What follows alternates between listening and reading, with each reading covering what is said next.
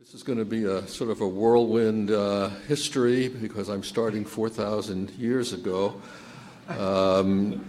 with the Ebers Papyrus, and this was a collection of maybe 700 folklore and magical remedies, and the importance is that it's the first mention of aneurysm. And what they recommended was that only incantations can cure tumors of the major arteries. And I must admit that we have actually used this approach from time to time. So skipping 1,000 years to ancient Greece, apparently the Greek word for to lift, raise, or to be hung up is aorta. And this, you can see on this, the sword of this, on this hoplite warrior is suspended by this strap. And so the strap was called the aorta. And it went up the back, over the shoulder, and the Greeks actually thought that the heart was suspended by the aorta. So that's where the name came from. So skipping 700 years, to 200 AD, we come to Antyllus. He described true versus false aneurysms, and the important thing is he described approaching them by ligating them proximally and distally. These, of course, were in the extremities, and then open the sac and evacuate it. He also advised against removing the sac. He just opened it, evacuated it, packed it, and left it in continuity. And this was pretty much how things were treated for another 1,500 years until John Hunter. And this was very interesting. He could, working with deer in a local park, he could feel the pulsations in their antlers on both sides. And then if he ligated the external carotid on one side, the pulsations in the antlers would disappear. But he noticed that if he kept feeling there, in a week or so, they would come back. And it's not unique to him. It had been around, but he really developed the idea that there was such a thing as collateral circulation. And when he sacrificed the animal, he could see large collaterals. The other contribution that he made was, instead of ligating the sac proximally and distally, he ligated the femoral artery just before it disappeared into what's now called Hunter's Canal for a patient that had a large popliteal aneurysm. And apparently it stopped pulsating eventually and thrombosed, and the patient lived 15 months. And they actually have this specimen from that patient in the Hunterian Museum, and you can see the thrombosed artery. He did this on 5 patients. It was successful in 3, and 1 actually lived 50 years. This is Marie-François Sadi Carnot. He's the 4th president of the 3rd French Republic, and his contribution to aortic surgery was that he got stabbed in the back. And in politics, that's usually more figurative than literal. But he was rushed to, he was in Lyon, and apparently one of the best surgeons in France was there, and he was rushed to his surgery. And actually, he had given that surgeon the Legion of Honor just an hour earlier. When they explored him, they found that the portal vein had been transected. And really, they didn't know what to do with that, and they basically put a dressing on with iodine and basically watched Carnot bleed to death. The important thing for the history of surgery is that the resident was Alexis Carrel, and he's wondering, why couldn't they just, hook the 2 ends back together, anastomose it? And his mother owned a fabric factory, and put him in touch with the premier embroiderer of the age. Her name was Mary Ann Lerodier, and this is one of her works in a museum. And it was said that she could put 100 stitches in 1 centimeter. And it's remarkable work. I mean, in addition to the images and the design, she also did all the fleur-de-lis are embroidered. Anyway, he worked with her, and he made smaller needles and thread, and he learned how to sew. He actually practiced sewing cigarette paper together. And in 1902, he published this famous paper where using a triangulation to do end-to-end anastomoses. And that brings us more towards the direct treatment of aneurysms with, but certainly end-to-end anastomoses was vital. And this was Mattis, his famous publication. With a saccular aneurysm, you would open the aneurysm, find the small hole, and sew it up. And you can see on the right side that he was taking no chances with this thing becoming revascularized. Another approach at the time was to wrap the aneurysm in cellophane.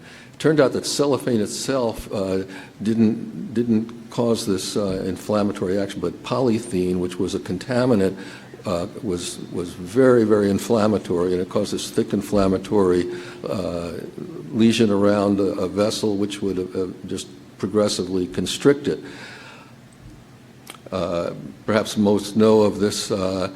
Rudolf Nissen was in Germany. He fled Germany in the Nazi era, went to Istanbul, and then from there he went to Brooklyn Hospital, Brooklyn Jewish Hospital, where one of his patients in 1948 was Albert Einstein. He came in, and Nissen was supposed to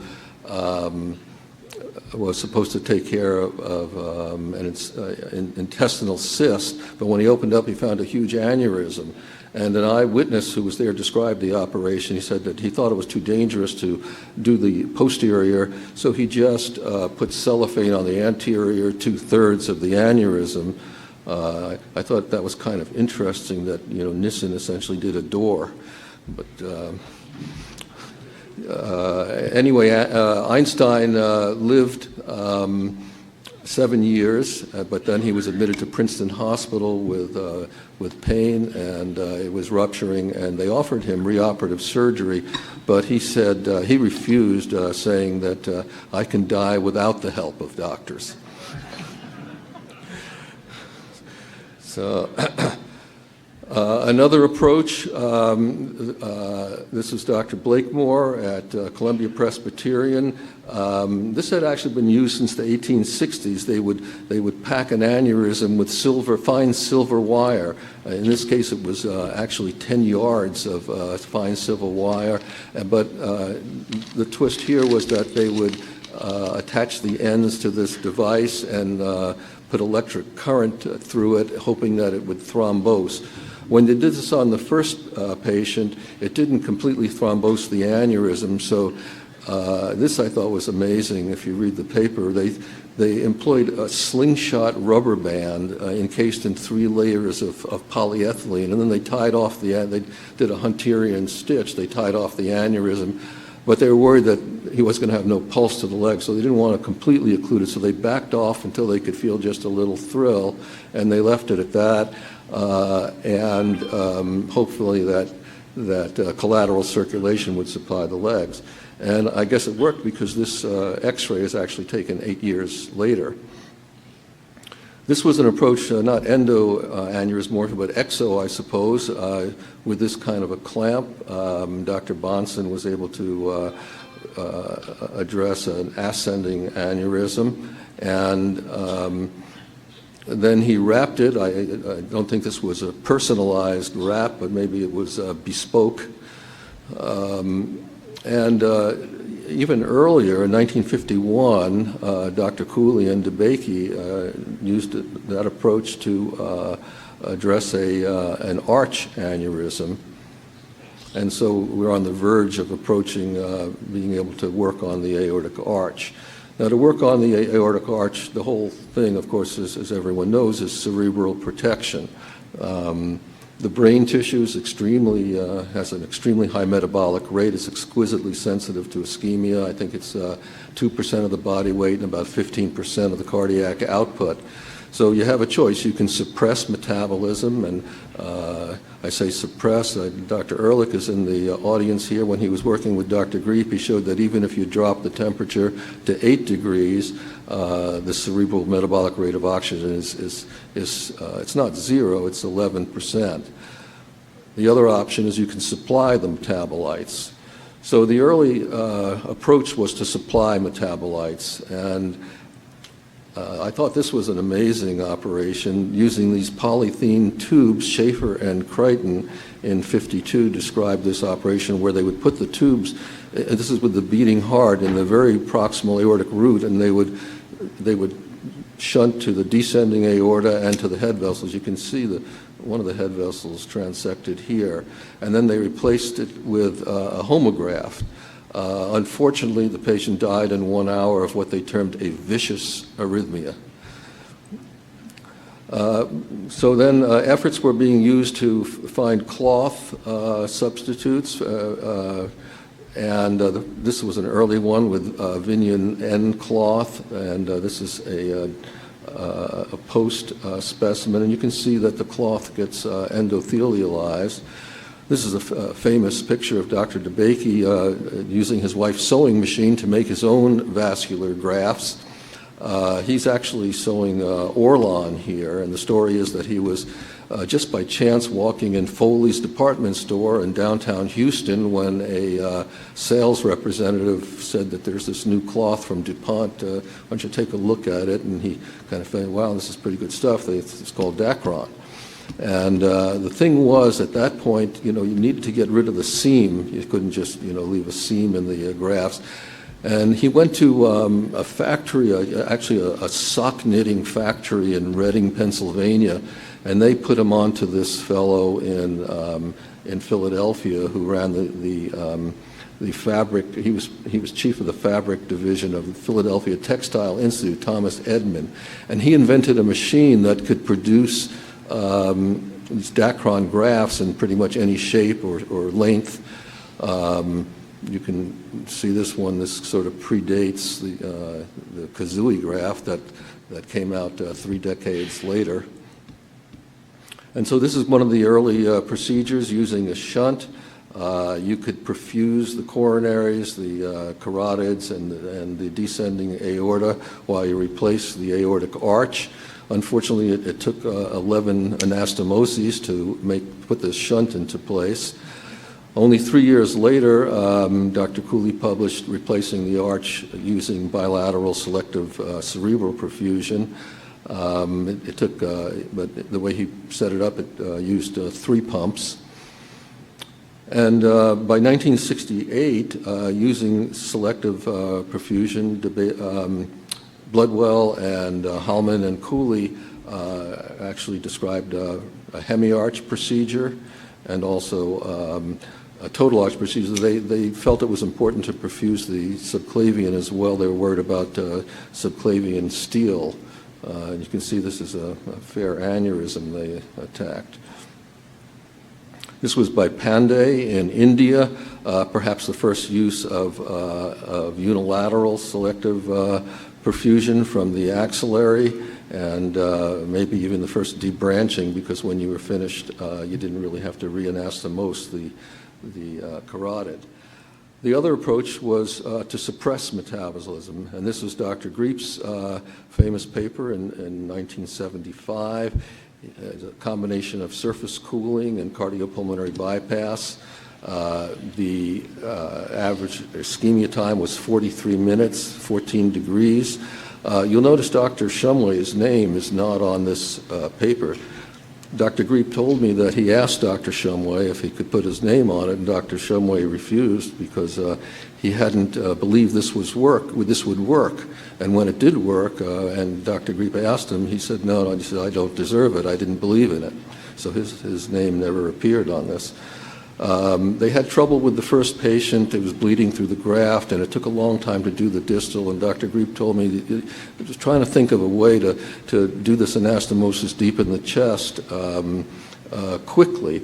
And he came up with this idea that you could imbricate the graft on itself and then sew it in like a mitral, and then pull it out, and then complete the arch anastomosis. This is the first approach to inducing deep hypothermia.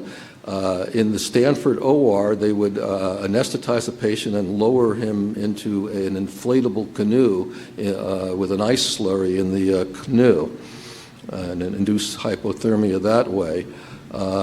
If you, perhaps many don't recognize, this is the chief resident on the vascular service at the time. Perhaps this will help. It was Dr. Craig Miller. This is about 5 years later. This is about when I joined the team. We weren't using the canoe, that we were in Brooklyn, and we would pack the patient from head to toe in crushed ice and watch the core temperature come down to about 27. Sometimes you see a delta wave on the EKG, and then we had this plastic bag so that it wouldn't leak all over, and then you would take off all the crushed ice and start the procedure. Dr. Ott used hypothermia to replace the arch, and he was the first one to publish the hemiarch using hypothermic circulatory arrest. And that procedure using deep hypothermia really was employed for maybe 3 decades, but only 1 decade after Dr. Griep published it, there was starting to be a recrudescence of selective cerebral perfusion. Dr. Gil May published 6, and Jean Bachet published another 50 shortly thereafter, using what he called cerebroplegia. So they were using bilateral SCP. And at the same time, Bill Frist and Craig Miller at Stanford using unilateral SACP replaced the aortic arch. And then Dr. Ueda published this paper where he said that embolism due to particulate debris from clamping of the arch was eliminated if you did retrograde cerebral perfusion. This is from a 1998 aortic symposium. And, you can see Dr. Cooley, Turina, Bill Baumgartner, Steve Westerby, Dr. Griep, Joe Caselli, Hazem Safi, Nick Kachukas, and so on. But Dr. Ueda was here, and he actually signed our brochure Retrograde. And then also in one of the very early aortic symposium, Dr. Kazui demonstrated, this is very similar to the graph Dr. DeBakey made, but with the procedure that's now become widespread. Our own foray into this was we wanted to shorten hypothermia time, so we thought we would anastomose the head vessels first and perfuse them while then you could take your time reconstructing the arch. There are 2 problems with this. One, it's easy to draw, but it was very difficult to get this big thing to sit well in the superior mediastinum without kinking. And the other is that, particularly in atherosclerotic aneurysms, it was, you left in a part of the aorta that was often very diseased. So Dr. Spielvogel came up with the idea that you could use this trifurcated graft, and he published that. And this is also, we still use this, and it's very also in widespread use. Of course, everyone knows about Dr. Bosch with the elephant trunk procedure, and then following that, Dr. Cato with 10 patients using the fixed elephant trunk with a I forgot the name of the stent, but anyway, Gene Turco stent, right? And that brings us to hybrid arch replacement. This is Dr. Sun's graft, and we'll hear about the Thoraflex today. And I won't go into endovascular arch, but that's really the present, not so much the history. And this is from UNESCO. It should be remembered that the Stone Age finished not because they ran out of stones, but because they discovered something better. So thank you very much.